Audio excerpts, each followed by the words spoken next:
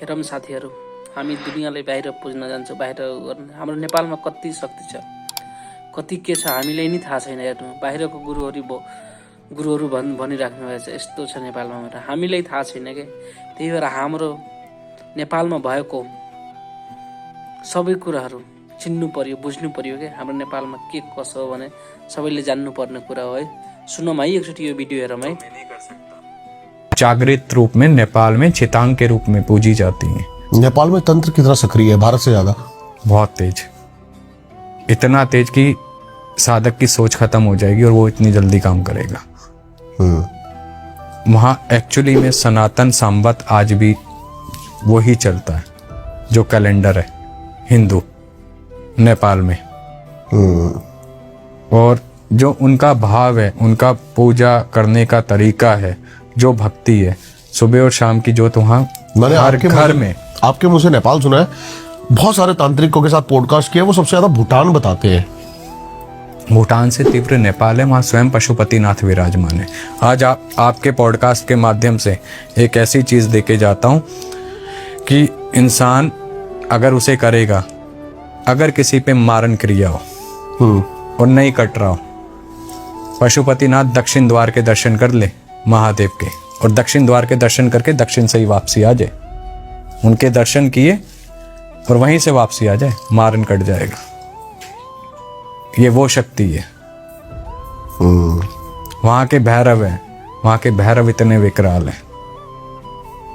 आप जहाँ पे रहते हो नेपाल में, और आपने बताया कि थोड़ी सी दूर शमशान, पशुपतिनाथ शमशान, महाशमशानों में एक, ठीक है। वहां की आरती देखिए शंभूनाथ की, क्या आनंद आ जाएगा। लोग तो शमशान में जाने से डरते हैं, वहाँ शमशान में ही महादेव को पूजा जाता है। जब वो आरती होती है ना, शमशान के अंदर पैर रखने की जगह नहीं होती है, और जो आनंदित आरती होती है, उस आरती का बखान मैं शब्दों में नहीं कर सकता। वहाँ के लोगों में जो समर्पण भाव है पूजा के प्रति, सनातन के प्रति, वो बहुत अलग है। हर घर में 2 समय की जोत जलती है। वहां की भूमि इतनी जागृत है, इतनी जागृत है। आप अगर रात को 1 बजे सो रहे हो ना, सुबह 6 बजे आपकी ऑटोमेटिकली नींद खुल जाएगी और फ्रेश। ये नहीं सर भारी है, शरीर इसका कारण क्या है? क्योंकि हमारे साथ ये हुआ है। हम एक जगह गए थे पहाड़ों में, तो पूरे दिन हम जगह रहते थे, 2-3 घंटे 4 घंटे की नींद। ऐसा होता था कि पता नहीं कितने हम फ्रेश है। वहां की ऊर्जा में ना शक्ति वास करती है।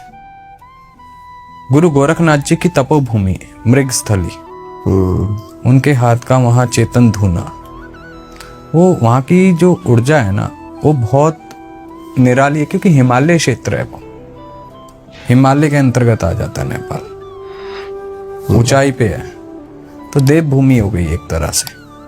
आप जितनी देवभूमि, हमारे उत्तराखंड की देवभूमि देखो, हिमाचल की देवभूमि देखो, और कितने पीसफुली और कितनी जल्दी चीजें जागृत होती हैं। देवों की, ऋषि मुनियों की तपोभूमि रही है वो। वहां पे उनकी एनर्जी है। और जहाँ परम तत्व बैठे हों, सिद्ध योगेश्वर गुरु महाराज तप करते हों, बड़े ऋषि मुनि तप करते हों, उनके चरणों में कोटि कोटि नमन। वो भूमि कैसी होंगी। हम लोग अपने सनातन से खुद ही दूर हो गए।